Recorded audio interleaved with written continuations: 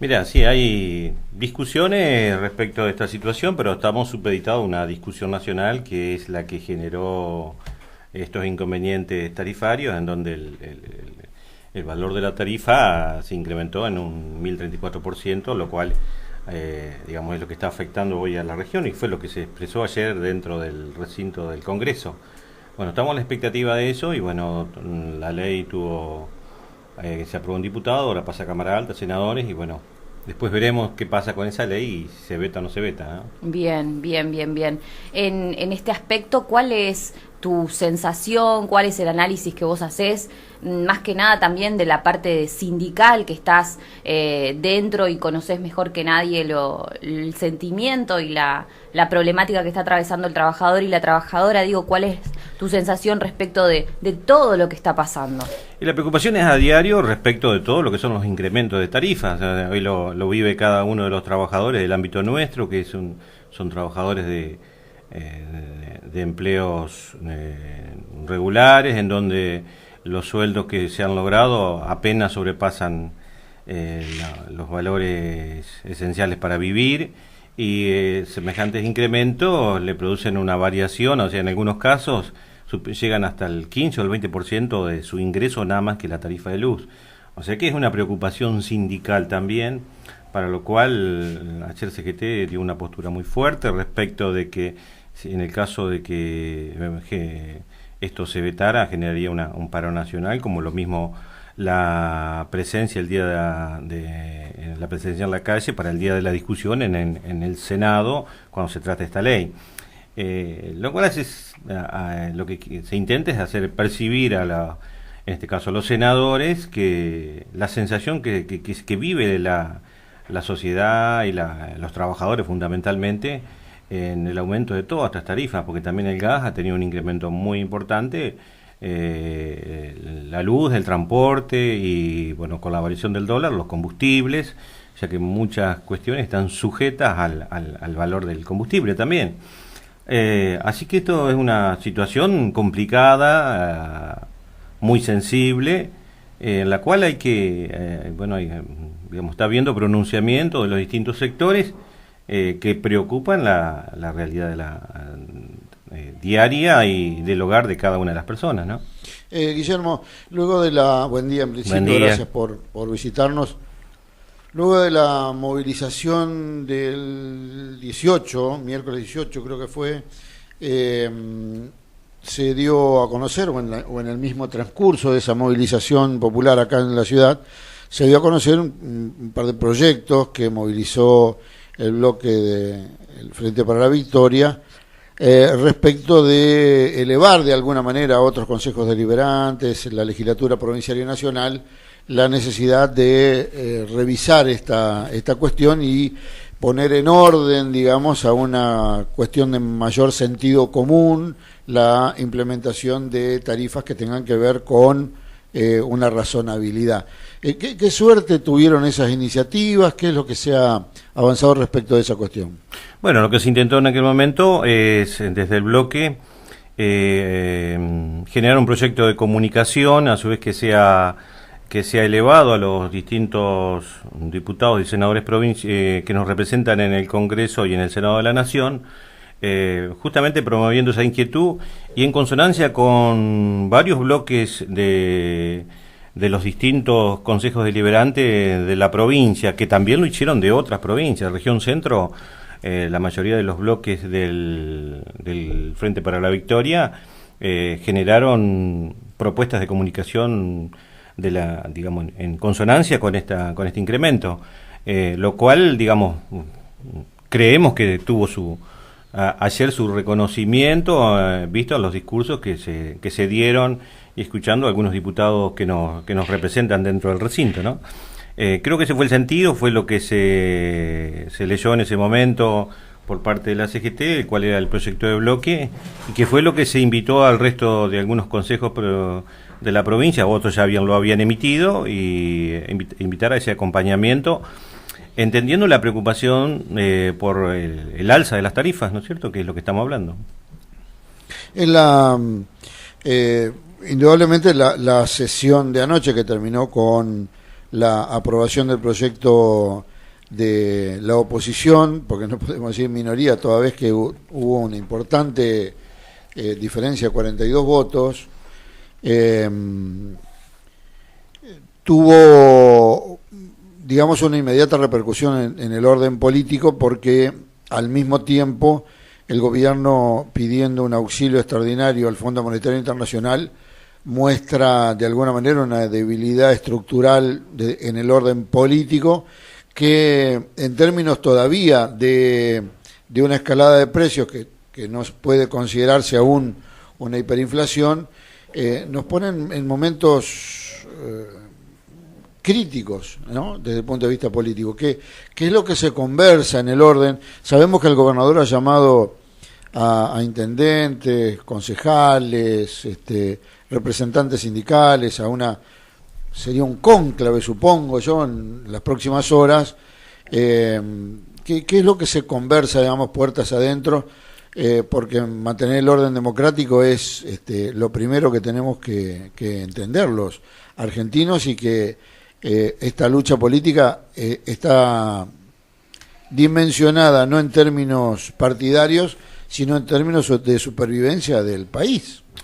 Exacto, creo que la primera preocupación es la supervivencia del país, como lo dijiste, y intentar generar desde cada uno de su situación política la paz social dentro de lo que pueda acordarse, dentro de lo que pueda acompañarse, sin dejar de seguir reclamando las asimetrías o las diferencias que hubo respecto de otros años anteriores en el incremento fundamentalmente de los servicios básicos.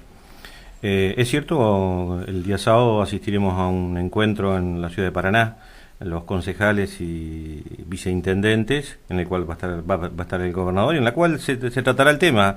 Se tratará el tema con él y bueno, amén de otros temas de agenda que están propuestos, este tema seguro va a aparecer, y en la cual hay que ver cómo tanto la provincia con su gestión y los municipios con sus recursos pueden enfrentar esta situación, fundamentalmente, como dijiste vos, en la paz social, para el fin de sostener el sistema, que es lo que nos da vida, digamos, pero siempre tratando de reconocer cuáles son los errores y pidiendo la corrección de ellos, ¿no es cierto?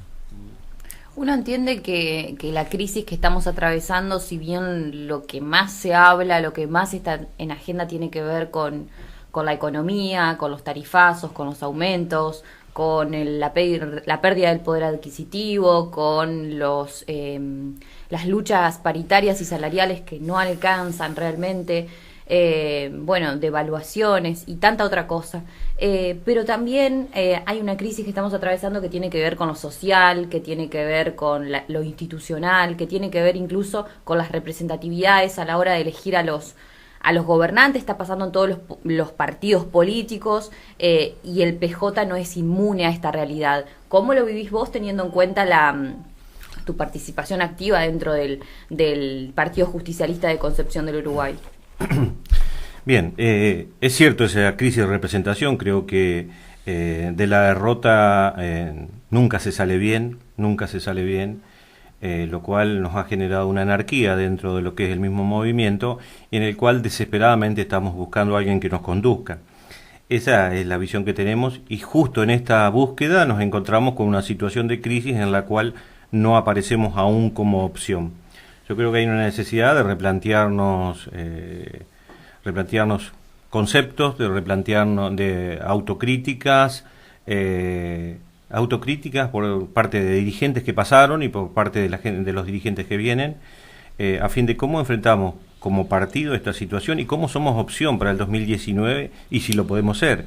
O sea, realmente es una discusión que hay que darla a puertas adentro del partido, y en el cual, digamos, las opciones, nos inseremos de las cuestiones que ocurrieron y se defina una conducta. Quizás a veces estas crisis pasan a ser oportunidades para nuestro movimiento, del cual ha salido de todas. Vamos a decir la verdad, esto no es la primera crisis que el Partido Justicialista va a enfrentar. en todos sus años de gobierno, o los años que participó, no es la primera. O sea, ya el general hablaba de los anticuerpos del propio movimiento respecto de los fracasos. Así que, pero si hay que hacerlo, lo que ocurre es que hay que hacerlo en forma urgente, porque primero el 2019 está ahí y la conducción del partido no aparece. Digo políticamente, estructuralmente está, pero políticamente la aceptación de la conducción del partido está en discusión, me refiero a nivel provincial, lo cual está involucrado por esta convivencia política que tiene el gobierno provincial y el gobierno nacional al fin de sostener una provincia en crisis, que es el detalle que más nos cuestiona políticamente. ¿Cómo seguimos sosteniendo una provincia con un esquema político peronista y con la total dependencia de un gobierno totalmente centralizado, lo cual las señas las dio, la disminución de la obra pública, solo solo va a seguir obra pública en la provincia de Buenos Aires, la disminución del interior es casi al extremo, hay una honda preocupación del sector, fundamentalmente de la construcción, en el cual, digamos, no se avisora a corto plazo una obra que pueda dar mano de obra genuina para el ciudadano, ¿no? Que es lo que está pasando hoy. O sea, altos porcentajes de gente que estaba involucrada en la obra pública, que fue de alguna manera un signo, un ícono de la gestión anterior, hoy encontramos que no hay muy poco en marcha, ¿no? Sí, sí.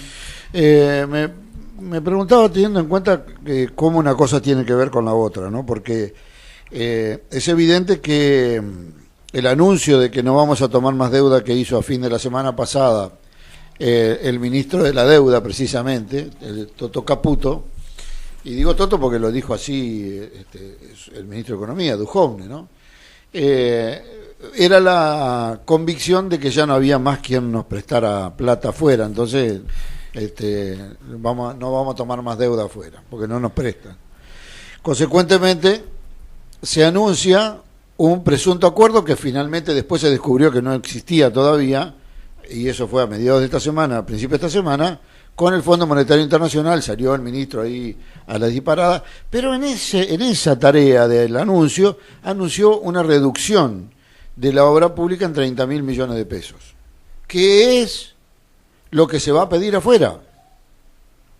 Es decir, que es la confirmación de que la primera condición para prestarte un dinero es que vos tengas que reducir ese monto del presupuesto nacional, porque los tipos te prestan si van a cobrar, si más o menos tienen en vista que van a cobrar. Bien. Entonces la interdependencia, porque si no hay obra pública, no hay trabajo, no hay trabajadores ocupados. Entonces, la señora que estaba recién acá y que con mucho respeto y con mucho énfasis planteó su problema en Villa de las Lomas Norte, ahí en la 30 y pico, 31, 32 del oeste, fíjate a dónde termina el viaje a Washington, que la obra pública, digamos, desgrana partes del presupuesto para adentro, porque vos podés disponer una reducción de 30.000 millones de pesos y decir que lo vas a reducir en obra pública, pero hay obra pública insalvable, entonces se va a reducir de otro lado. En definitiva, entonces, la conciencia, yo insisto en el término porque tenemos un grave problema político que no es partidario. La opción, digamos, es disparar para cualquier parte, me parece, y el problema, si se plantea solo desde el punto de vista partidario, nos suena como comunidad, porque no tenemos escapatoria. Entonces, el problema es cómo se plantea toda esta problemática a la gente.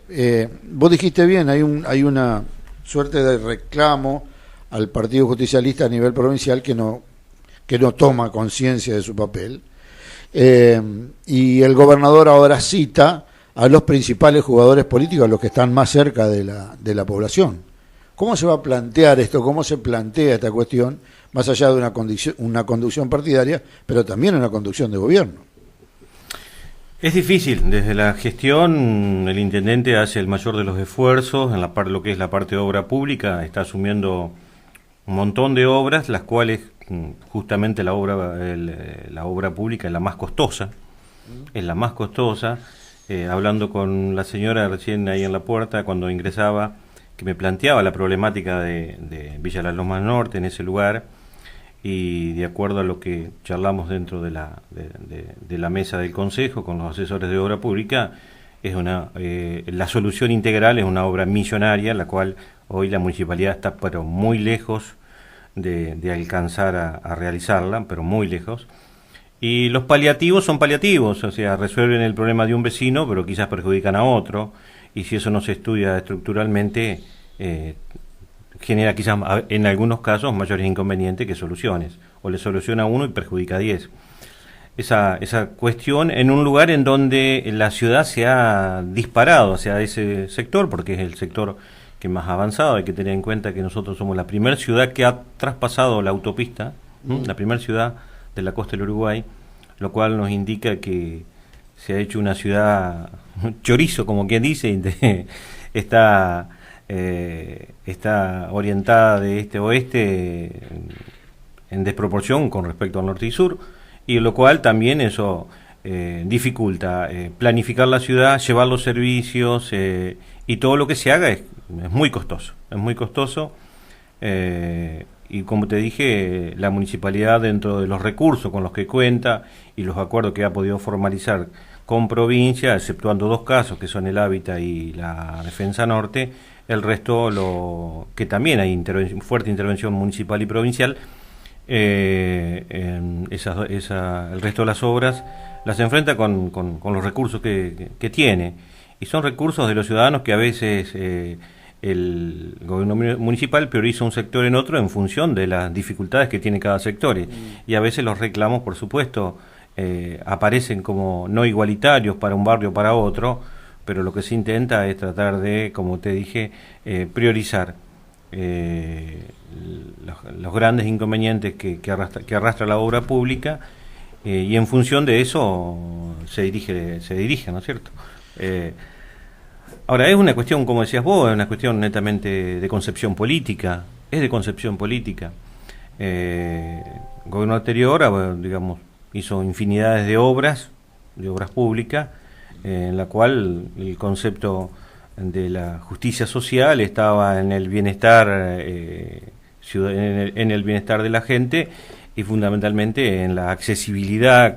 Digamos, tenemos un sinnúmero de obras dentro de la provincia que fueron acceso a municipios, asfaltado dentro de municipios o de juntas de gobierno, las cuales iba a ser imposible hacerlas si no había ayuda a la obra pública.